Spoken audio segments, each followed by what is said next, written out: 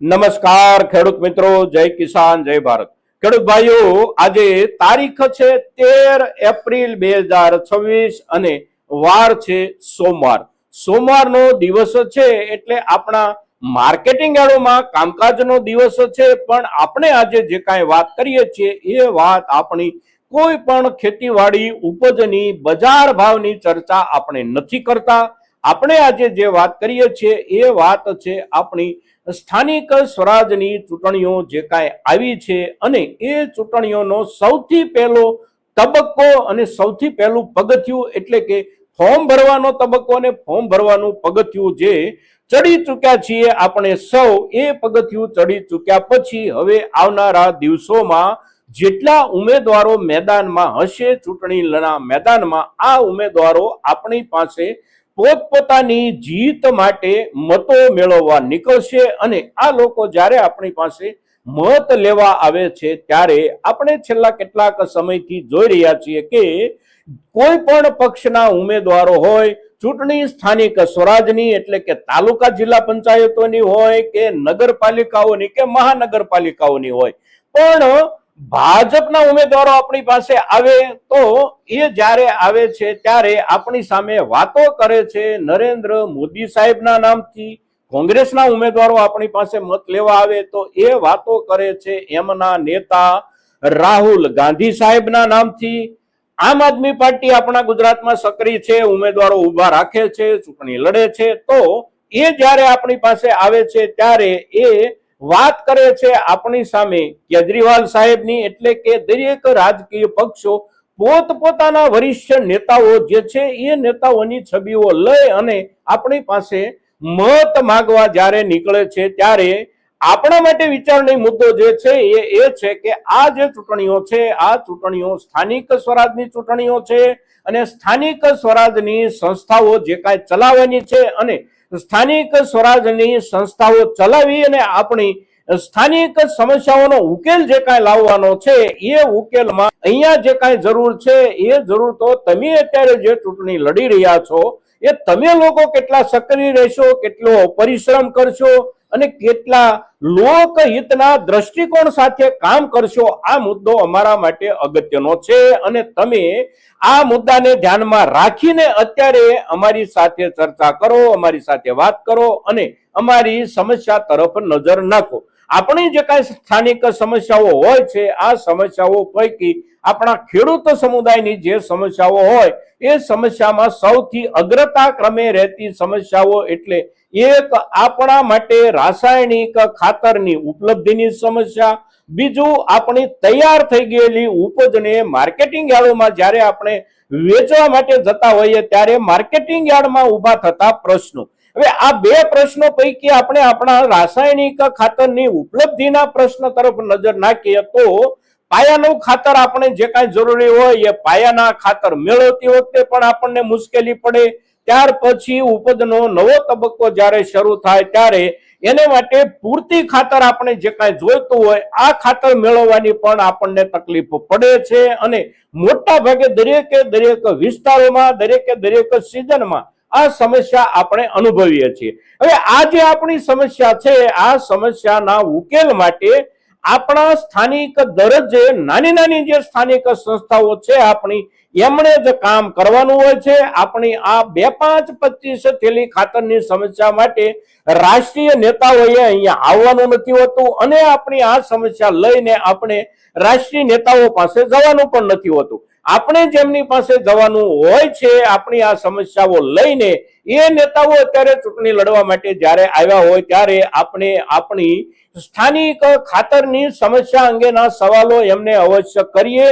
એમને આપણે અવશ્ય પૂછીએ કે અમને ખાતરની તકલીફ પડે ત્યારે તમે અમારી જરૂરિયાતની પૂર્તિ માટે શું કરશો, કેટલું કરશો અને સરકાર એમ કે ખાતરનો પૂરતો જથ્થો છે અને પૂરતો પુરવઠો છે, ક્યાંય તંગી નથી, ક્યાંય તાણ નથી, તો તમે સરકારના આ અવાજની સાથે જોડાઈને એ જ ભાષામાં બોલવા માંડશો કે ખરેખર અમારી જે સમસ્યા હોય એ સમસ્યાના ઉકેલ માટે તમે સરકાર સાથે પણ એક બાથ ભીડવાનું સાહસ કરશો.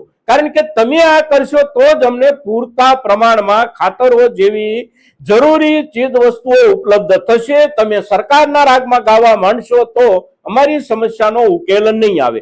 હવે તાલુકા જિલ્લા પંચાયતની ચૂંટણીઓ જે કાંઈ અત્યારે લડાઈ રહી છે અને આમાં જે કાંઈ ઉમેદવારો આપણી સામે આવી રહ્યા છે, આ પૈકીના મોટા ભાગના ઉમેદવારો આપણા એવા છે કે આ ઉમેદવારો કાં તો આપણા તાલુકા ખરીદ વેચાણ સંઘ સાથે જોડાયેલા છે, એટલે કે એમાં હોદ્દેદાર તરીકે હોય છે, કાં તો જિલ્લા ખરીદ વેચાણ સંઘમાં હોદ્દેદાર તરીકે હોય છે, અને કાં તો આપણી સ્થાનિક સેવા સહકારી મંડળીઓમાં હોદ્દેદાર તરીકે હોય છે. એટલે આ લોકો જ અત્યારે સ્થાનિક સ્વરાજની ચૂંટણીમાં પાછા ઉમેદવારો પણ હોય છે. એટલે આપણી ખાતરની સમસ્યાનો મુદ્દો સીધે સીધો એમની સાથે જોડાઈ જાય છે. એટલે આપણને ઊભી થનારી ખાતરની સમસ્યા જે કાંઈ હોય એ સમસ્યાની ચર્ચા આપણે અત્યારે જ એની સાથે કરી શકીએ, કારણ કે આ મોકો છે એમની સાથે ચર્ચા કરવાનો. ચૂંટણી લડી લીધી, જીતી ગયા અને પછી જતા રહેશે ત્યારે આપણે ચર્ચા નહીં કરી શકીએ. જો અત્યારે નહીં કરી હોય તો અત્યારે આપણે ચર્ચા કરીશું એની સાથે, તો એમના તરફથી કોઈને કોઈ જવાબ તો આપણને અવશ્ય આપવો પડશે. અને જવાબ ચૂંટણી પહેલા જે કાંઈ આપવાનો હોય એ તો સકારાત્મક જવાબ જ આપવો પડે. અમે તમારા માટે મહેનત કરશું, કામ કરશું, આ બધું કહેવું પડે. એટલે આવું એક વખત આપણે એમની પાસે કહેવરાવીએ અને એ જે કહેવરાવેલું હોય એને આપણે જ્યારે મુશ્કેલીમાં આવીએ ત્યારે એમની સામે રાખીને એમને યાદ દેવડાવીએ કે તમે ચૂંટણી વખતે આવ્યા ત્યારે તમે આવું અમને કીધું હતું અને અત્યારે આ અમારી સમસ્યા છે, તો તમે જે કીધું હતું એ પ્રમાણે કામ કરો અને અમારી મુશ્કેલી, અમારી સમસ્યાને થોડી હળવી કરવાનો પ્રયાસ કરો. બીજો મુદ્દો, આપણા તરફથી આપણે જે કાંઈ ઉપજો માર્કેટિંગ યાર્ડોમાં લઈને જઈએ છીએ, આ માર્કેટિંગ યાર્ડોમાં પહોંચાડેલી આપણી ઉપજની સલામતીનો મુદ્દો છે. સાથે સાથે માર્કેટિંગ યાર્ડમાં ત્યાં વેપારી સમુદાય કે વેપારી સંગઠનો જે કાંઈ હોય એમની સાથે કોઈ મુદ્દે નાનો મોટો આપણે વિવાદ થાય ત્યારે પણ મોટા ભાગે બને છે એવું કે આપણા ખેડૂતોની તરફેણમાં કોઈ નિર્ણય નથી આવતો, ખેડૂતોની તરફેણમાં ન્યાયિક નિર્ણય નહીં આવવાની સમસ્યા પણ આપણે દરેકે દરેક વિવાદિત પ્રસંગોએ અનુભવી ચૂક્યા છીએ. એટલે આ મુદ્દો સ્થાનિક નેતાગીરીની જવાબદારીનો જ મુદ્દો છે. આપણા માર્કેટિંગ યાર્ડોમાં આપણા તરફથી પહોંચાડવામાં આવેલી આપણી ઉપજની સલામતીનો મુદ્દો હોય, સ્થાનિક કક્ષાએ માર્કેટિંગ યાર્ડમાં વેપારીઓ કે વેપારી સંગઠનોની સાથે કોઈ પણ મુદ્દે ઉભા થતા વિવાદમાં ન્યાય મેળવવાનો મુદ્દો હોય, આ મુદ્દાઓ ઉપર પણ આપણે અત્યારે અવશ્ય એમની સાથે ચર્ચા કરીએ. કારણ કે આ જે ઉમેદવારો છે એ ઉમેદવારો પૈકી ઘણા બધા ઉમેદવારો આપણે કીધું તેમ આ સંસ્થાઓની સાથે પણ જોડાયેલા છે. કારણ કે આપણા એક તાલુકાના માર્કેટિંગ યાર્ડ કે સંયુક્ત 2 તાલુકાના માર્કેટિંગ યાર્ડો હોય તો આ માર્કેટિંગ યાર્ડોની સંચાલક મંડળની સમિતિમાંથી પણ ઘણા બધા લોકો આ ચૂંટણી લડી રહ્યા છે, અથવા તો આ ચૂંટણી લડી રહેલા જે ઉમેદવારો હોય એમની સાથે એમના ટેકામાં આપણી પાસેથી મત લેવા માટે નીકળનારો જે કોઈ સમૂહ હોય એ સમૂહમાં આ બધા જ લોકો અવશ્ય સામેલ હોય છે. એટલે માર્કેટિંગ યાર્ડની આપણી સમસ્યાઓની પણ ચર્ચા અત્યારે આપણે અવશ્ય એમની સાથે કરીએ. આપણી ઉપજ માર્કેટિંગ યાર્ડમાં પહોંચ્યા પછી ન તો કુદરત સામે સલામત છે, ન તો ત્યાંની કોઈ પણ વ્યવસ્થાઓથી સલામત છે. આપણી ઠલવેલી ઉપજ પર વરસાદ આવે છે તો આપણી ઉપજ વરસાદના પાણીમાં તણાઈને માર્કેટિંગ યાર્ડની બહાર જતી રહે અને આપણે સૌ જોતા રહીએ, આવી આપણી સ્થિતિ છે. તણાઈ નહીં ગયેલી ઉપજ જે કાંઈ માર્કેટિંગ યાર્ડમાં રહી ગઈ હોય એ ઉપજ પણ તૂટી ફૂટી ગયેલા છાપરાઓના કારણે પલળી જાય, ખરાબ થઈ જાય અને પછી એને કોઈ ખરીદનારું ન મળે, આવી સ્થિતિ આપણી ઉપજોની માર્કેટિંગ યાર્ડમાં જે થઈ રહી છે આ મુદ્દે પણ એમની સાથે આપણે ચર્ચા કરીએ. સાથે સાથે આપણા માર્કેટિંગ યાર્ડોમાં સફાઈની વ્યવસ્થા કેવી છે, ગંદકીનો ત્રાસ કેવો છે, આ મુદ્દાઓ પણ અવશ્ય ઉઠાવવા જેવા છે. એટલે માર્કેટિંગ યાર્ડમાં જ્યાં જ્યાં કારોબાર થાય છે આ દરેક માર્કેટિંગ યાર્ડોમાં આપણી ઉપજ સાથે આ જે કાંઈ સમસ્યાઓ ઉપસ્થિત થાય છે એ સમસ્યાઓની ચર્ચા પણ આપણે એની સાથે કરીએ. ઉપરાંત આપણા ગુજરાતમાં કેટલાક તાલુકાઓ તો એવા પણ છે કે એ તાલુકાઓમાં હજી સુધી માર્કેટિંગ યાર્ડ કાર્યરત નથી. હવે માર્કેટિંગ યાર્ડ કાર્યરત નથી જ્યાં જ્યાં એ તાલુકાઓમાં પણ સ્થિતિ બહુ સમજવા જેવી છે. વર્ષો પહેલા એટલે કે આજથી 20 વર્ષ પહેલા કે 25 વર્ષ પહેલા માર્કેટિંગ યાર્ડ બનાવવા માટેનો સૈદ્ધાંતિક નિર્ણય સરકારે લઈ લીધો હોય, ત્યાર પછી 5 વર્ષે કે 7 વર્ષે જગ્યાની ફાળવણી કરી દીધી હોય. જગ્યા ફાળવણી કર્યા પછી એના ઉપર નાના મોટા જરૂરી બાંધકામોનું સ્ટ્રક્ચર પણ તૈયાર કરી દીધું હોય. માર્કેટિંગ યાર્ડની કમિટીઓની નિમણૂક શરૂઆતમાં સરકાર તરફથી થઈ હોય, ત્યાર પછી જે તે માર્કેટિંગ યાર્ડનું મતદાર મંડળ કાયદેસર તૈયાર કરી મતદાર મંડળ મારફત ચૂંટણીઓ કરી અને 5-5 વર્ષ માટે માર્કેટિંગ યાર્ડની કમિટીઓની રચના થતી રહે છે.